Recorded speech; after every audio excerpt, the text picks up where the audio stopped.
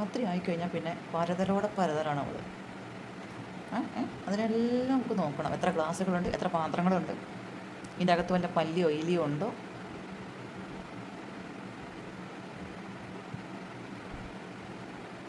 തുടങ്ങിയവൾ എന്നെ എന്നിനെ വീഡിയോ ഇട്ട് നാട്ടിക്കും.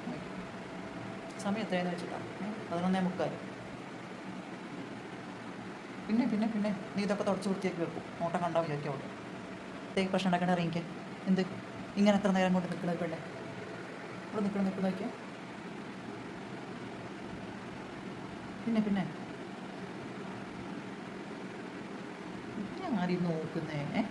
ഞാൻ വീഡിയോ എടുക്കുന്നേ, എന്നെ ശരിയാക്കി തരുന്നത്. ഒന്ന് ഇറങ്ങുമോ നമ്പുരാട്ടി?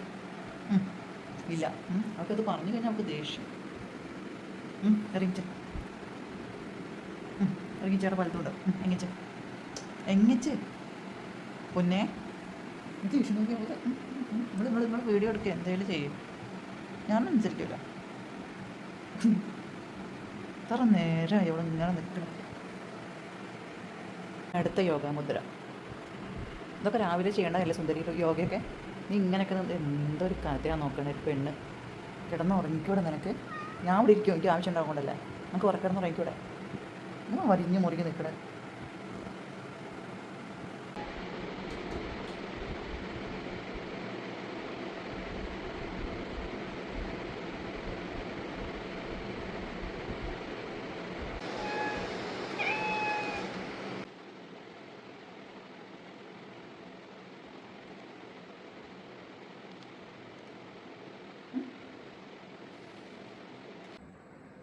അങ്ങനെ ഒരുപാട് നേരത്തെ കളിക്ക് ശേഷം ഇതാ ഇവളെ ഇവിടെ ഇങ്ങനെ കിടത്തി ഉറക്കി. പുറത്ത് നല്ല ഇടിയും മഴയൊക്കെയാണ്, എപ്പോൾ വേണമെങ്കിലും എഴുന്നേക്കും. അങ്ങനെ ഒരു അവസ്ഥയിലാണ് അവൾ കിടക്കുന്നത്. ഞാനും മേലൊക്കെ കഴുകി വന്നപ്പോഴത്തേക്ക് നല്ല ഉറക്കമായി. അത് അടുത്ത ഇടി വെട്ടിന്ന് തോന്നുന്നു. അതാ കണ്ണൂർന്ന് നോക്കുന്നുണ്ട്. ഒച്ചടാ നമ്മുടെ പൊന്ന് ഉറങ്ങിച്ചോട്ടാ. ഇടി പറ്റുന്നേ.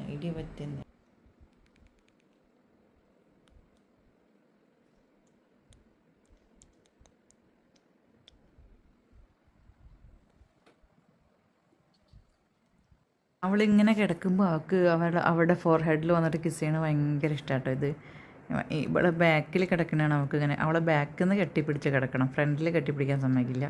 ബാക്കിൽ ഇങ്ങനെ എത്ര വേണമെങ്കിലും കെട്ടിപ്പിടിച്ച് കിടക്കട്ടോ.